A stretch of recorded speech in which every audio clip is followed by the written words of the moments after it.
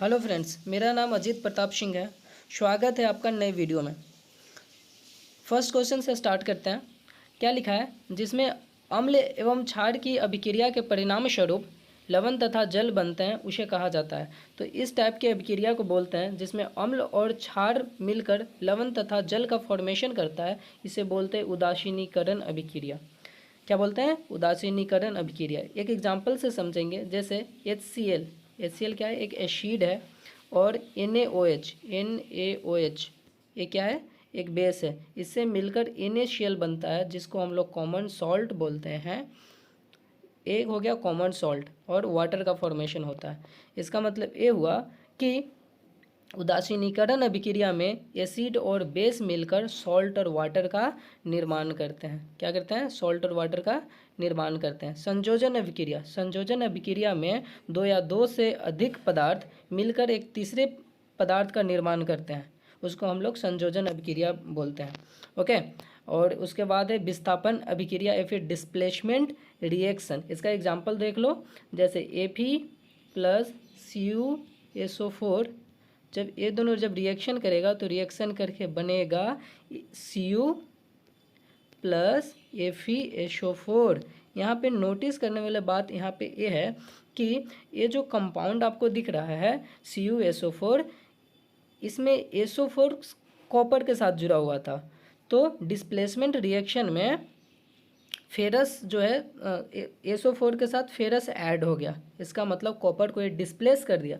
तो displacement reaction उसको बोलते हैं जिसमें एक पदार्थ मतलब एक एलिमेंट दूसरे एलिमेंट को डिस्प्लेस कर दे, वहाँ से हटा दे। इसको हम लोग डिस्प्लेसमेंट रिएक्शन बोलते हैं। ओके।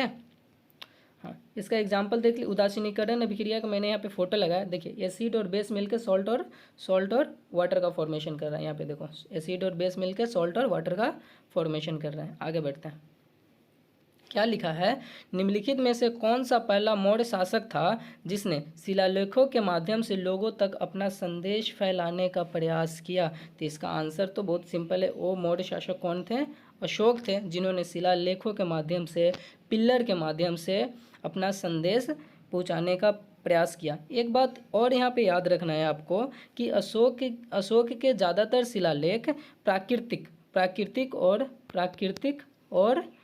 ब्राही स्क्रिप्ट में लिखा है या फिर ब्राही लिपि में लिखा हुआ है। ओके। और मौर्य वंश के संस्थापक कौन है? चंद्रगुप्त मौर्य है।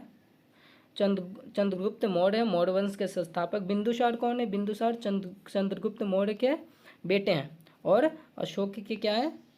पिता है ना। आपको ये भी बात याद रखना है कि मौर्य वंश का अंतिम शासक बृहद्रथ था। ठीक है, चलिए आगे बढ़ते हैं। ये है। हाँ, एक चीज़ और यहाँ पे आपको याद रख लेना है कि ये जो पिलर, ये आपको सिंबल आपको दिखाई दे रहा है, जो इंडिया का जो सिंबल है वो अशोक के पिलर से लिया गया है, जो कि सारनाथ में है ना। ये फोटो आपको याद रखना है। फोटो मैंने इसलिए लगाया कि आपको क्वेश्चन याद करने में आसानी हो, दोबारा आपको मेहनत ना करना पड़े। एक बार वीडियो देख लो तो बार बार आपको देखने की ज़रूरत नहीं पड़ेगी, एक ही बार में आपको याद हो जाएगा। तो इसका आंसर क्या था? अशोक। आगे बढ़ते हैं। पुस्तक द इमोर्टल्स ऑफ मेलुहा किसके द्वारा लिखी गई है? एक पुस्तक है इमोर्टल्स ऑफ मेलुहा। इसको लिखने वाले हैं अमीश त्रिपाठी। अमीश त्रिपाठी एक भारत के एक बहुत ज़्यादा फेमस राइटर हैं। इन्होंने एक पुस्तक लिखा है द इमोर्टल्स ऑफ मेलुहा। इसका आप चाहो तो फोटो देख लो, ये है द इमोर्टल्स ऑफ मेलुहा। ये जो पुस्तक है भगवान लॉर्ड के पे लिखी गई है। ओके।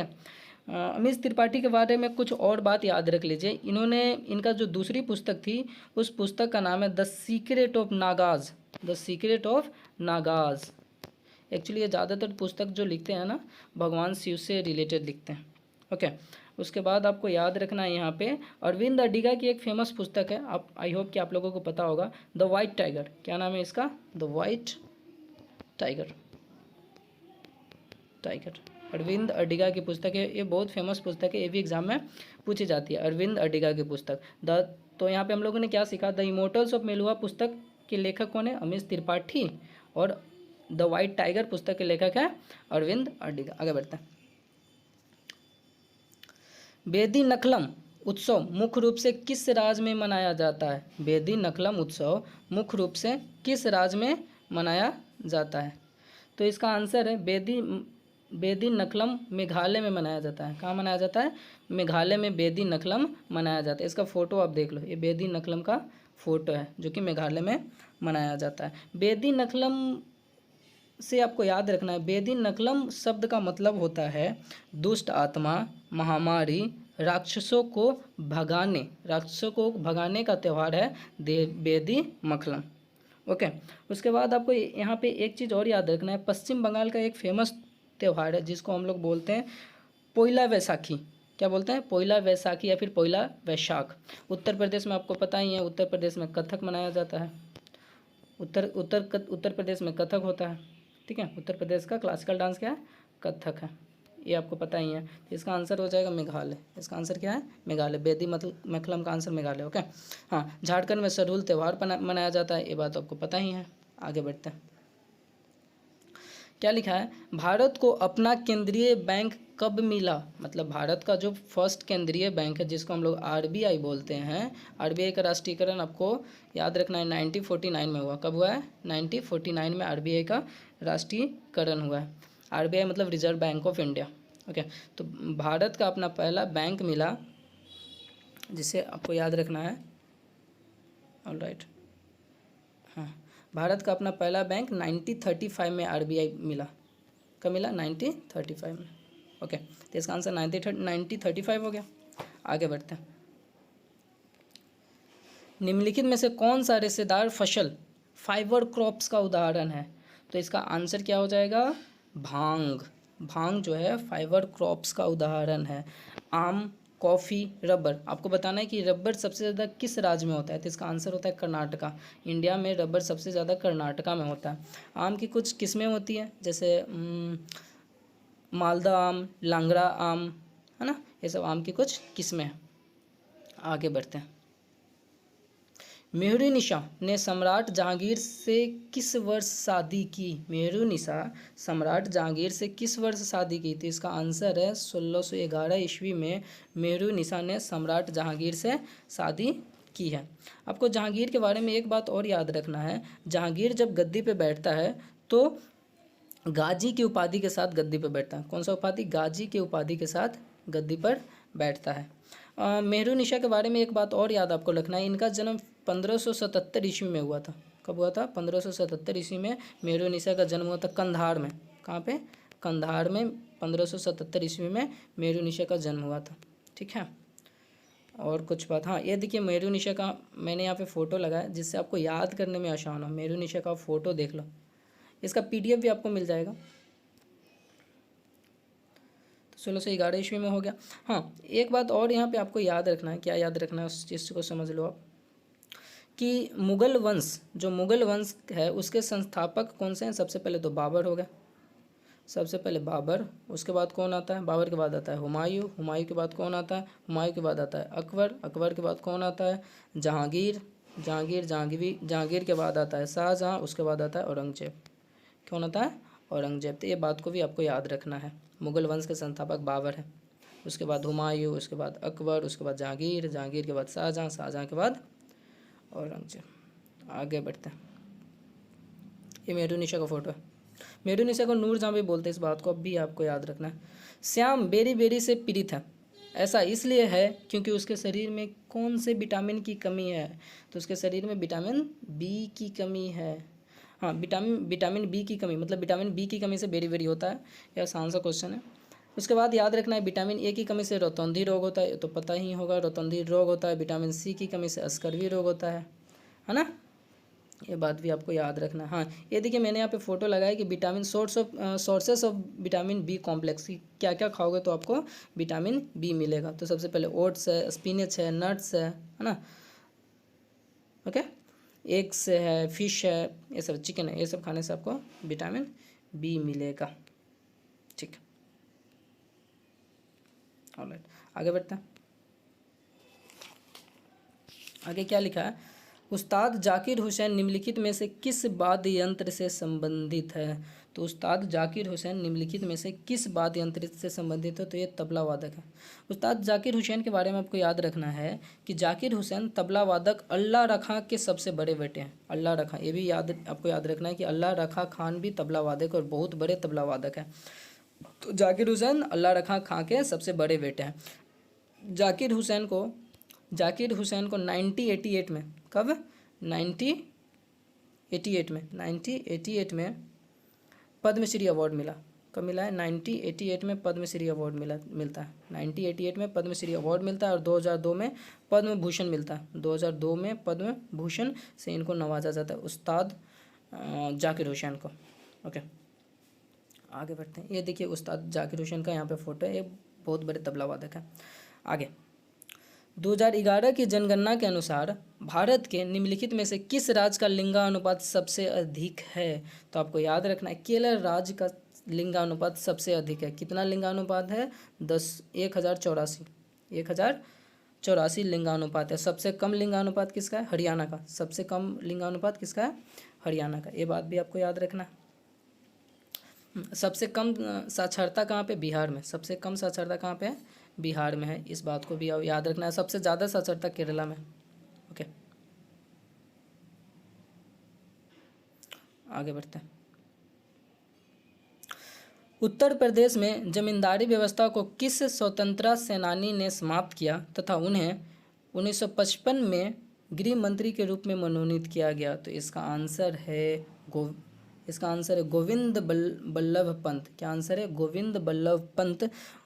गोविंद बल्लभ पंत के बारे में एक बात आपको पता होना चाहिए कि गोविंद बल्लभ पंत उत्तर प्रदेश के पहले मुख्यमंत्री हैं। उत्तर प्रदेश के पहले मुख्यमंत्री कौन है? गोविंद बल्लभ पंत।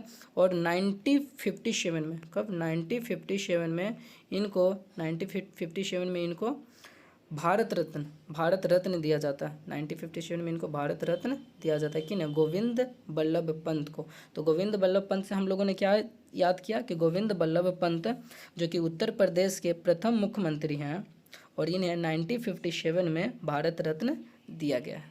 ओके, और इसका आंसर तो आपको पता ही है, गोविंद बल्लभ पंत। इस क्वेश्चन का आंसर हो जाएगा गोविंद बल्लभ पंत। आगे बढ़ते हैं। जनसंख्या की वृद्धि दर से क्या तात्पर्य है? तो जनसंख्या के वृद्धि दर से यह तात्पर्य है कि जन्म दर और मृत्यु दर के अंतर को हम लोग बोलते हैं जनसंख्या वृद्धि। कि कितने लोगों ने जन्म लिया है ना, और कितने लोगों की मृत्यु हुआ, दोनों का अंतर हो जाएगा जनसंख्या में वृद्धि। आगे बढ़ते हैं। भारत की जलवायु को निम्नलिखित में से किस प्रकार वर्णित किया जाता है? तो भारत की जलवायु क्या है? मॉनसून जलवायु है। कौन सी जलवायु है? मॉनसून जलवायु। भारत की जलवायु मॉनसून जलवायु है। नेक्स्ट, 1590 में मथुरा के पास वृंदावन के गोविंद देव मंदिर का निर्माण बलुआ पत्थर से कराया गया है। किस टाइप के बलुआ पत्थर से इसका निर्माण कराया गया? तो ये देख लो, फोटो देख लो, यह है गोविंद देव जी का मंदिर। गोविंद देव मंदिर कौन से कलर का है?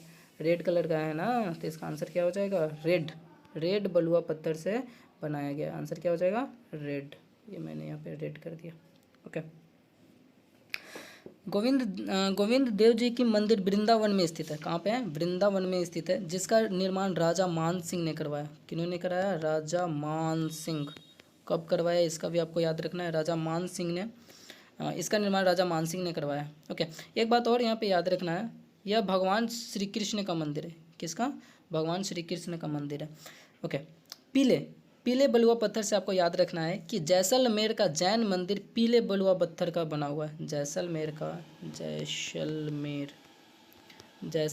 जैन मंदिर पीले बलुआ पत्थर का बना हुआ है। कौन से बलुआ पत्थर का? पीले बलुआ पत्थर का बना हुआ है जैसलमेर का जैन मंदिर। और इसका आंसर हो जाएगा लाल। ओके, आगे बढ़ते हैं। लाल दिख भी रहा है। ओके, महानदी बेसिन का विस्तार भारत के किस राज्य में नहीं है? तो इसका आंसर हो जाएगा भाई उत्तर प्रदेश। उत्तर प्रदेश में महानदी बेसिन का विस्तार नहीं है। तो पता होना चाहिए कि महानदी बेसिन का विस्तार कौन कौन से राज्य में होता है। तो मैं यहाँ पे आपको बता देता हूँ कि कौन कौन से राज्य में होता है। देखो, ये मैंने सर्कल कर लिया, ठीक है। तो एक्चुअली सर्कल यहाँ से लूँगा तो ज़्यादा सुंदर लगेगा। ये देखो, ये मेरा सर्कल हो गया। हाँ, तो कौन कौन से राज्य में होता है इस चीज़ को आपको याद रखना। छत्तीसगढ़, एक छत्तीसगढ़ तो होता ही है, एक छत्तीसगढ़ हो गया। ओके, झारखंड में महानदी बेसिन का विस्तार है, उड़ीसा में भी महानदी बेसिन का विस्तार है। और आपको याद रखना है महाराष्ट्र, महाराष्ट्र में भी है। और एमपी, एमपी हो गया, एमपी हो गया और महाराष्ट्र हो गया, महाराष्ट्र। ठीक है, आगे बढ़ते हैं। ये महानदी का फोटो है, देख लीजिए, इसको याद हो जाएगा आपको, है ना। तो कौन कौन से राज्य में होता है, छत्तीसगढ़, उड़ीसा, झारखंड, महाराष्ट्र और एमपी में महानदी बेसिन का विस्तार है। आगे, निम्नलिखित में से कौन सी भारतीय नृत्य शैली राजस्थान से संबंधित है। तो इसका आंसर होगा कालबेलिया। कालबेलिया नृत्य शैली भारतीय राजस्थान से संबंधित है। कथक कहाँ से, उत्तर प्रदेश, यूपी। भरतनाट्यम तमिलनाडु, तमिलनाडु। ओके, और ओडिसी तो आपको पता ही है, उड़ीसा। ओके, कालबेलिया का फोटो देख लो, ये है कालबेलिया, है ना। तो जूम कर देता हूँ, ये देखो कालबेलिया, है ना। इसको सपेरा डांस भी बोलते हैं। क्या बोलते हैं, सपेरा डांस भी बोलते हैं, कालबेलिया को सपेरा डांस भी बोलते हैं। हाँ, एक चीज़ और याद रखना कालबेलिया से, कि कालबेलिया जो राजस्थान का नृत्य है, इसे राजस्थान की जनजाति कालबेलिया द्वारा किया जाता है। राजस्थान की जनजाति कालबेलिया द्वारा किया जाता है ना। आगे बढ़ते हैं।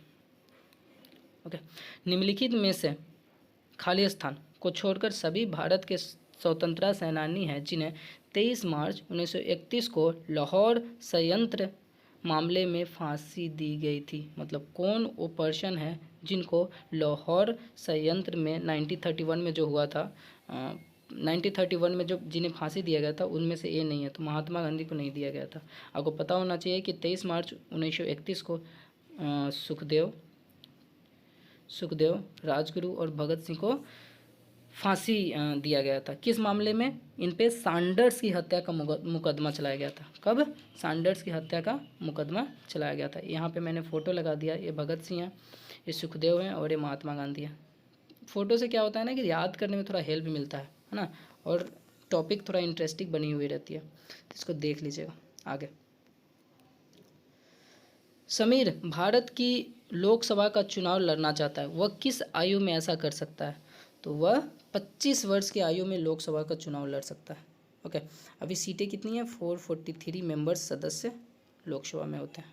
ओके, तो समीर भारत की लोकसभा का चुनाव लड़ना चाहता है, वो किस वर्ष की आयु में, 25 वर्ष की आयु में कर सकता है। ओके, तो ये फ्रेंड्स, ये था आज का वीडियो। आशा करता हूँ आपको ये वीडियो अच्छी लगी होगी तो प्लीज़ चैनल को सब्सक्राइब करो और शेयर करो, क्योंकि एक वीडियो बनाने में बहुत ज़्यादा मेहनत लगता है भाई। प्लीज़ शेयर करो और सब्सक्राइब करो। Thank you so much.